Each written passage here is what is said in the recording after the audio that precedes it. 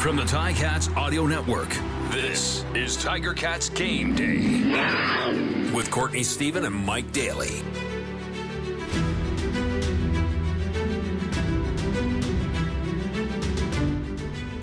Welcome to another episode of Tiger Cats Game Day on the Ticats Audio Network. My name is Courtney Stephen, as always, joined by my main man, Mike Daly.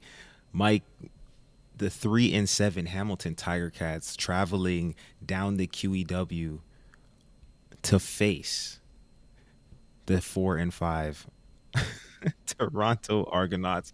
Does that sound familiar? Isn't it crazy when you start looking at the East Division? And you know what? It's actually, I know this is like panic mode for everybody in the East because you're like, oh, we're all losing so much. But my gosh, isn't it just a disaster going on in the East Division? And I mean, good thing, right? Because that puts the Ticats in a good position while they're trying to figure out all of this different stuff. But I'm sure Toronto and Montreal are saying the exact same thing. It's just, hey, listen, good thing the East is terrible because we all kind of have a shot at this still. And it's almost a battle to see who's got the cleanest dirty shirt right now. But it doesn't really matter how you get there. As long as you can punch a ticket to get to the playoffs, you give yourself an opportunity to just have a chance to dance for that shiny gray cup. Now, the Ticats, they are in third place currently in that Eastern Division. They are 1-1 against the Argos this year, heading into the second half of this quadruple header that they are playing. So it will be an exciting game. Lots to unpack here. But before we get into that, Tiger Cats fans, it's time to ride on our strength. From now until October 13th, purchase 4 eligible Hercules passenger or light truck tires to receive a $100 Ticats reward card and be entered to win our road trip sweepstakes. Available at participating Active Green and Ross Ontario locations or visit HerculesTires.com/AGR rewards. Now, nice. Mike, this is a team that we've been watching for 10 games now, and the lineups, this may be some of the most changes that we've seen from any week to week. This has been quite the shakeup. Of course, Simone Lawrence out of the lineup. Kyle Wilson, who's been playing very well this season, he's in. Last week, we saw 2 new corners at either spot. Not necessarily new guys to the team, but it was Des Lawrence, it was Alden Darby. This week, we're going to see Jamal roll back at his boundary corner spot. And a new Randall Jr. coming over from Montreal to play on that field corner in replacing Ciante Evans. There's just a lot of shakeup all over the place. But talking about this defense, how do you think it will be for Randall coming in here, brand new, fresh off the street? He's probably ain't even put his laundry loop through the laundry 3 times yet. He's the newest kid in the locker room. What's it gonna be like for him coming into this system and being expected to play and perform in less than a week? Well, I mean, Court, you and I both know the system very well. And, you know, Coach O's system, which is very similar to Mark Washington's system, is not an easy one to just pick up as in coming off the street, right? It's not one of these ones where you come in, it's like, hey, you got that guy, cover him all day, right? Or you might be a low zone every once in a while. That's it. No, it's a lot of adjustments. It's a lot of understanding what's going on around you. So that's tough. I mean, that's really, really tough because to come off the street into a new team and then all of a sudden get thrown in the fire against a Toronto Argonaut team that uses, like we said before, uses that Z receiver, that strong side receiver, more than most teams. So you talk about getting put in the fire, being fresh off the street, and then you're going to see the most targets you'll probably see against any team, right? With Curly Gittins out there, and you have Speedy B lining up out at the wide side receiver. With Randall's head spinning as he's learning this new defense and seeing those footballs coming his way, it'll be tough sledding. But the nice thing, he's a professional. He knows the CFL game, so it's not like it's somebody fresh off the street into the CFL. So I'm looking forward to seeing what he can do because it's almost like an experiment at this time, right? It's difficult to step in there. Absolutely. Luckily, he'll be playing next to Richard Leonard, who's somebody who's been in this system for many years. It's his first year after taking a brief stint in Calgary, but he's familiar with the style that they play in Hamilton. Communication is a huge part of what they do because it is so much of a team game. It's not so much mano a mano all the time, but they will rely on each other playing some of those zones and whatnot. So I will be interested to see how he adapts, how he performs. I think some people last week would have pointed to a little bit soft coverage in times when it needed to be a little bit tighter, and perhaps that's why we saw the change. No knock on the players that were in the game, but when you're not winning and the games are tight, there's slight edges and small margins where you can't really afford to make those. And every play of every quarter of every game is more and more important as we get later into the season. So we'll talk a little bit more about the matchups and the key storylines as we proceed. But let's flip to the other side of the ball. Another big name back in the lineup, Dane Evans. Now, Dane, he was out for a couple of games. Matt Shildt stepped in valiantly in his place. He had a 1-1 record during that time. He actually also, Matt Shildt had his first career 300-yard passing game in the loss to Montreal. So he was moving the ball. He was getting some things done. He was creating a spark on the offense. But Dane has been the guy from day one. So now that he is available, he is back in the lineup.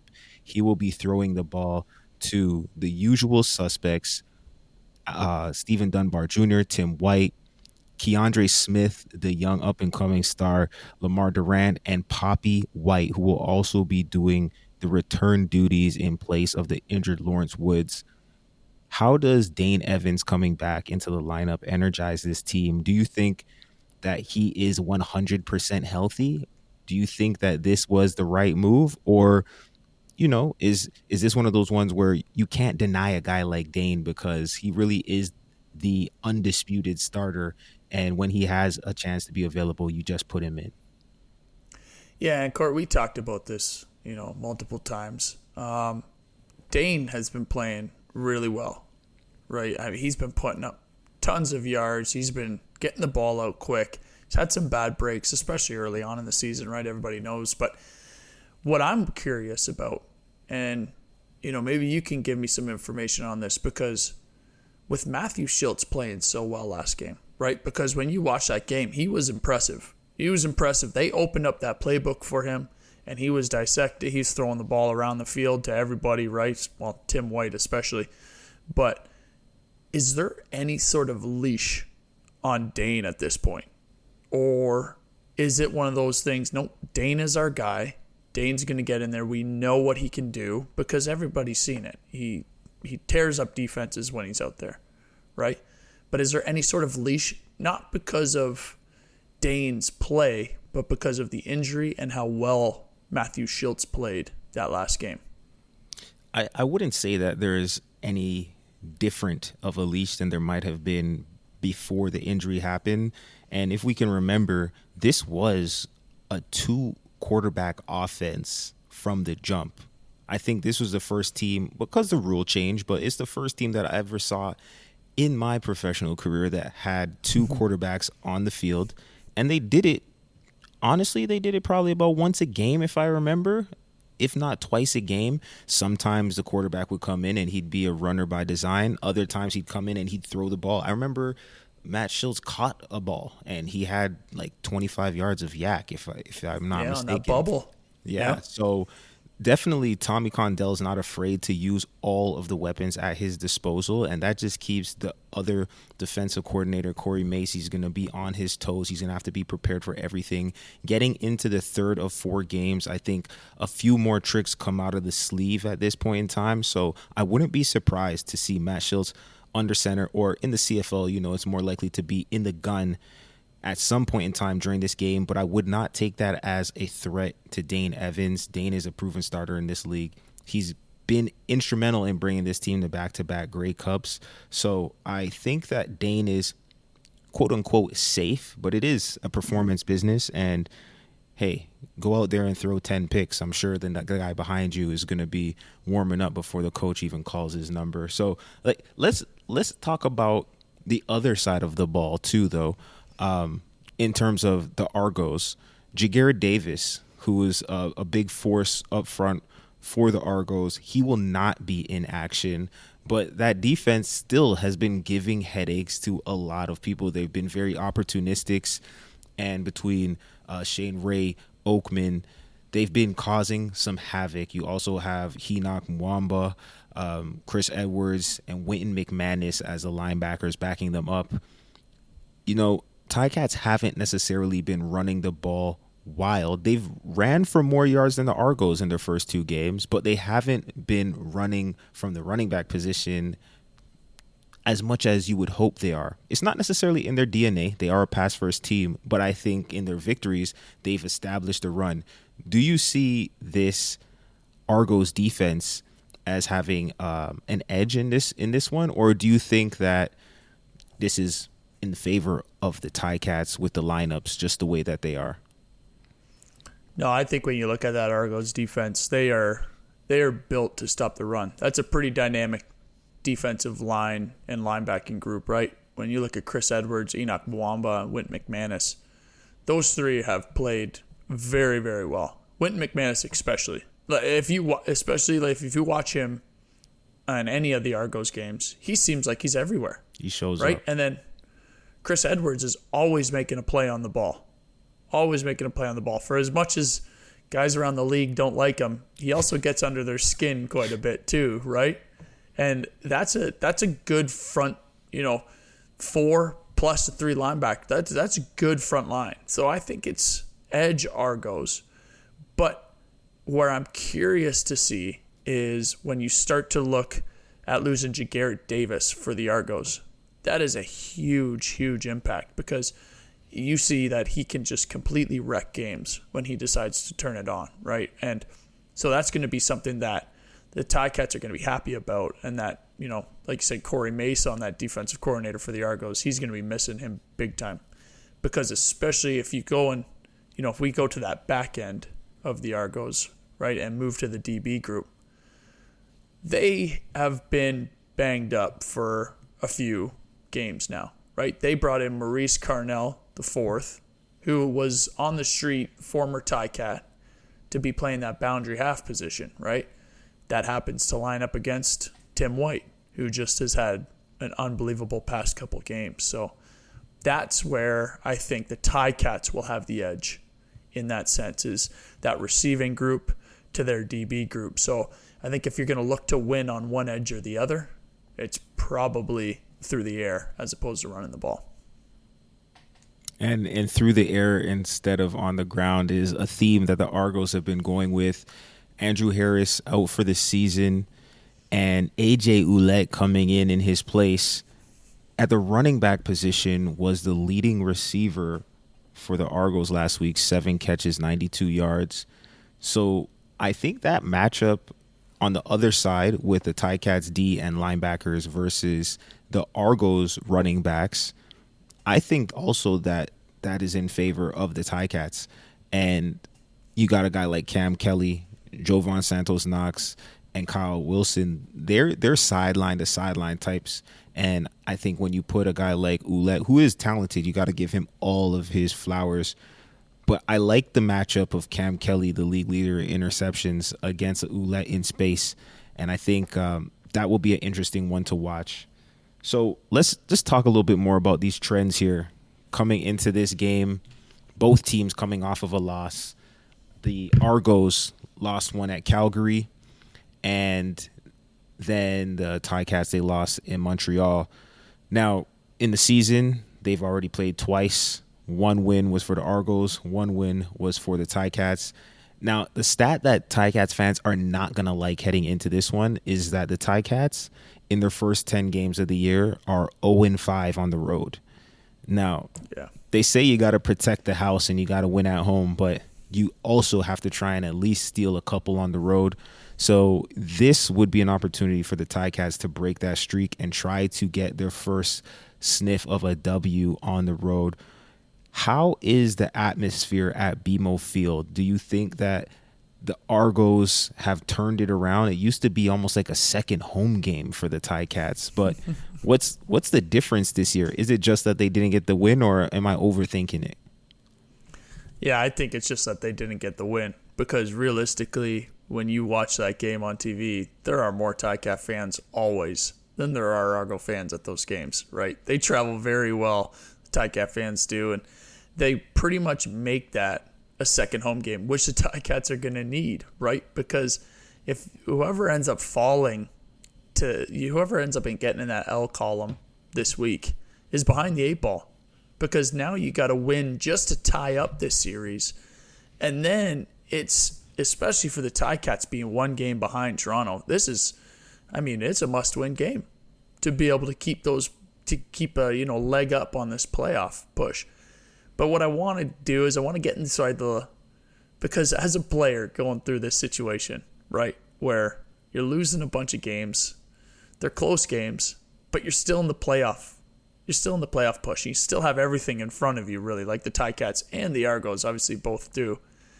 Does that, as a player, change your mindset? Or because you're still in that playoff push, is it really just the same as if you were, an over 500 record? Is there the same feeling in that sense because you're still in it? Or is it, hey, we're losing a lot of games, it's, kind of stressful at this point? I think it's got to be a blend. It's got to be a mix. It is absolutely stressful. As you can see, the coaches are not just going to sit on their hands and wait for things to improve. There will be shakeups. There will be tests. There will be challenges. People will be brought into the locker room to let you know that nothing is can be taken for granted. Nothing is given away for free. It's always earned. But at the same time, you're motivated and you're telling yourself, man, look at all of these proofs, these details, these moments that show you we are good. We are who we think we are. It's just not happening in the W column right now. So, like, can we please finish? Look at this small thing here that we could have done. Look at that 3 or 4 plays in this game that we could have changed. You could explain your way into being over 500 I'd say for either of these teams, right? So there's going to be a level of confidence that comes with being, like I said, in the race to have the cleanest dirty shirt. But for the Ticats fans or for the Ticats players, I think you take it one game at a time. And that's what I've said before. And I think that's what Coach O, Coach Washington, that's what Tommy, I think those guys are preaching right now, is that regardless of how many points we've scored last week or the week before, Toronto has actually scored 61 points in these first 2 games. The Ticats have scored 54. So the Argos are up by 7 if we're going on aggregate like the soccer fans do. But none of those points matter coming into this one. It's really just about rolling the ball out there, kicking it off, and finishing with more points than the people wearing the other colored jersey tonight. So I think it's going to be a great game. Honestly, the teams, when they're more familiar with each other, the difference in skill level from the guy across from you, it doesn't necessarily count for as much because maybe I could cheat back a little bit. Maybe I could cheat up a little bit. I've seen it before. So I'm giving myself an edge of familiarity. It's one of these ones that I'm just excited about. So here's a couple of numbers, Mike. I want to get your take on this. We're extremely closely matched up in this one. So both teams averaging just over 280 yards passing per game. You would think that the Ticats had an edge in the rushing because they have 114 rushing yards to the Argos 68 in the last 2 games, but the bulk of those rushing yards have actually come from the quarterbacks. And then the points, the Argos have outscored the Ticats in the second, the third, and the fourth quarter, but the Ticats have come out stronger and in aggregate are leading in the first quarter. So there's a lot of back and forth. The key ones that stand out, Ticats have 4 turnovers to the Argos 0, but the Argos have been sacked 6 times, and the Ticats have only given up 2 sacks. Really, there's nothing there outside of the turnovers, which is crucial. There's nothing there that shows me one team has a definite edge in this matchup. Where do you think the difference will be in this game? Yeah, and those are great numbers because when I listened to that, what I hear is the turnovers is the big one, right? Because the sacks, so offenses always talk about earn the right or reserve the right to punt, right? Be able to roll the punt team out there so that you can turn the field, gain some field position back. So if you get a sack, whether it's first and 10, you get a sack and then you're in a tough situation and then you have to punt after a second and long, or you get a sack on second and long and it turns into, second and 20. You still have the opportunity to punt, have a good punt, have good cover, flip the field a little bit, and then give your defense a chance on a longer field. When you start looking at that turnover margin, those are plays where you don't reserve the right to punt. That ball is picked off, that ball is fumbled, it's picked up by the Argos, whatever it might be, and now that field is short for the Argos offense to go down and score. So defenses can't give up, 1 or 2 first downs and be okay. Those turnovers are really what ends up flipping the field and puts points on the board quickly, right? So those are the numbers I look at big time when you start hearing that, because the other thing I focus on is in the Montreal loss, the Ticats gave up 385 yards to Trevor Harris, right? So when you start looking at these turnovers and the Ticats not getting any turnovers, if quarterbacks are going to put up that many yards in those games and throw that amount of times, you have to pick the ball off. And you saw Cam Kelly do it, right? That's what ended up happening. Cam Kelly made a great play and really kept them in that game because they were going down to score. So that's what I look at, is that this back end for the Ticats needs to take the ball away. Now, I know we work on a primarily audio platform here. This is the Ticats audio network. But if I could pull up the textbook drop out of the sky coverage that Cam Kelly executed in Montreal to get Trevor Harris for that interception. He was in his own end zone from the Sam linebacker spot, drops back to the deep half of the field. That means he's covering about 30 yards worth of real estate back there, 20 yards deep. And Trevor Harris didn't think that anybody was there. It looked like a blown coverage. And then Super Cam to the rescue, drops out of the sky, pick. Plus, he had about 30 or 35 yards on the return to change field position. Those are the type of plays that break a game open. Now, that could have been a 14-point swing the other way, because I don't remember if they went down and scored, but that was about to be 7, at least 3 points for Montreal. Yeah. So those are the kinds of impact plays that the Ticats have been thirsting for this season. They need to produce a couple of those. And with Lawrence Woods out of the game, I'm looking to the defense, just like you said. Can we see a sack fumble? Can we see an interception? And don't just pick it off, but pick it off and then change the field position. Because Seth Small, he might be my X factor. Inside the 40, he has hit everything that he's kicked. And so it's like the 40 is the new 20, You could just trust it when you get to the 40. It's like a chip in. And this guy, he's got ice in his veins. He hit one late in the last game. It unfortunately wasn't enough.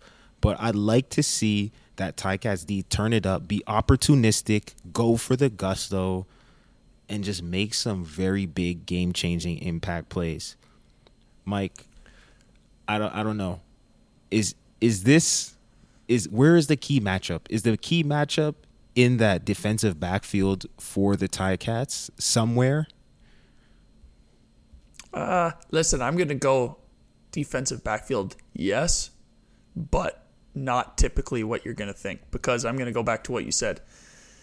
A.J. Ouellette led the team in receptions. So what that tells me is when you're leading the team in receptions, and he was under 100 yards, so I think he's about 92 yards, what that tells me is that McLeod Bethel-Thompson is looking downfield, doesn't see what he's liking. A.J. Ouellette is leaking out of the backfield, maybe into the flat, maybe on a curl, whatever it might be. Nice little check down. He catches it, turns up for first downs, right? So what I'm going to look at, and we've talked about this plenty of times, but Kyle Wilson versus A.J. Ouellette, because generally where those check downs are, once the running back looks for a blitz, if there's no blitz, he'll release into either out toward the sideline or right over top of the O-line, And you see it all the time. Quarterbacks are looking downfield, don't like what they see. Quick little throw to the running back, and he turns up and gains some yards. That's my matchup, because if Kyle Wilson can come downhill and make those open field tackles, which not just him, but the Ticats defense in general in that Montreal game, we're not great at, that will be my key matchup to watch, and really, I think, what gets the Ticats off the field on second downs. That's a great call. That's a great. What about you, Coach Daly? You know what? I love that, and I think even to amplify it a little bit more, to prevent him from being able to leak out on those checkdowns, Ticats fans, one thing you can look for is Coach Mark Washington dialing up a blitz on second down that would force Ouellette to stay in the backfield in protection. Sometimes the blitz is simply a called delay where you wait to see if the running back is in protection. If he's in protection, you go force him to protect something. Otherwise, he would have the opportunity to leak out. So adding that fifth rusher and forcing him to hang in, keep an eye out for that one. But where's my matchup? I like to see the man with the hot hand, Tim White, moved around. I want to see him at that too strong to the field, lined up against Deshaun Amos, who came over from Calgary. I played with him back in the days when I was a young whippersnapper in 2018. He's a great halfback. He's opportunistic. He's a guy who goes up and challenges for the ball. But there's a couple of times where he's been caught slightly out of position and he's given up the big one. And so a guy like Tim White, 145 yards on 11 catches, you have to feed that guy. He's hot. And they say that, what you did last week doesn't carry into this week. Well, statistically, no. Literally, no. But the confidence, the dusting yourself off in the morning, looking in the mirror before you leave for the game and just saying, you know what, I can actually do that again today. If I choose to, I could put on my cape, I could put on my hard hat, and I can go for another 140 yards. I think that the way they do that is they move Tim White to the field and they put him on a little bit of that, those double moves, those corner posts, those stop and goes, those sluggos, and I want to see him open that thing up for another 100+ yard game. That would be amazing. And if you remember, that's exactly the route he ran at Tim Hortons Field when he scored with Matthew Schultz, airing it out to him. But that was the you said young. You said young whippersnapper in 2019. You were an old man playing in the league at that point. And definitely. And now that you're old man, you're going to need some new truck tires. So, Ticats fans, it's time to ride on our strength. From now until October 13th, purchase 4 eligible Hercules passenger or light truck tires to receive a $100 Ticats reward card and be entered to win a road trip sweepstakes. Whoa. Available at participating Active Green and Ross, Ontario locations, or visit HerculesTires.com/AGR rewards. Now, Court, let's move on into finally the storylines for this game. When you look at this game at BMO Field, Ticats versus the Argos, battle for the East, what are you looking for? Well, I think Coach O this year has done a good job with a lot of the key decisions. He's had some timely challenges. He's had some third down tries that, successful or not, I think they were at points where if you hit them, they change the tide and the momentum of the game, especially when you're in the opponent's end. He's really saying, I trust my defense to keep them pinned down here. This is just as good as a punt from the other side of the field into the coffin corner. So I'm going to send my offense back out there for another try on this third down. I think that's the kind of gusto it's going to take in this division battle, fighting for first or second place, because that's what it's going to take to get into these playoffs. Right now, Saskatchewan is 2 games ahead of first place in the East, so they're really the best team in the East if we're talking crossovers. You got to finish first or second. So with the playoff-type atmosphere looming, I think the storyline of this one is when the Ticats inevitably get into that third down situation and they've got to go for it, who makes the play? Who steps up and fights for the extra yard, just bears down to get that reach block, to pin that defensive end, to squeeze that that low ball that's thrown just over the first down marker. Who's going to step up and be the person who makes the big play on third down when it is do or die? I think that's the storyline I'm watching, because there's been a couple of opportunities this year. Some of them they've made, a couple of them they didn't, and I think we can look back and say, oh, these were one of the 3 or 4 plays that we always try to highlight, which changed the tide. But that's the storyline I'd be watching in this one. I don't know if your thought about that, but what are you going to be watching in this one? Well, and just to add to that, Court, is, I like you heard Coach O after the game talk about going for it on that first drive when they made it all the way down there, went for it on the 3rd 7. Didn't work out, but they ended up pinning Montreal. They had to start on their 7-yard line at that point. And he had told the guys in the locker room, hey, when we get down there, we're going for a touchdown this first drive. I don't care what we do, we're going for a touchdown. And that resonates in the team because everyone's like, yeah, we're here to blow this game open, right?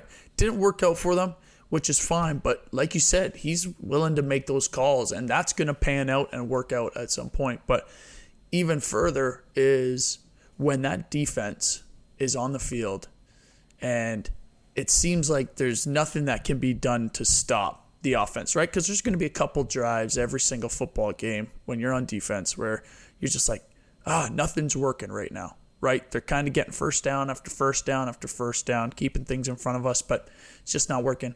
Who's going to make a play then, right? You're talking about offense on that 3rd down. I'm looking for someone when you can't slow that drive down and something's going on.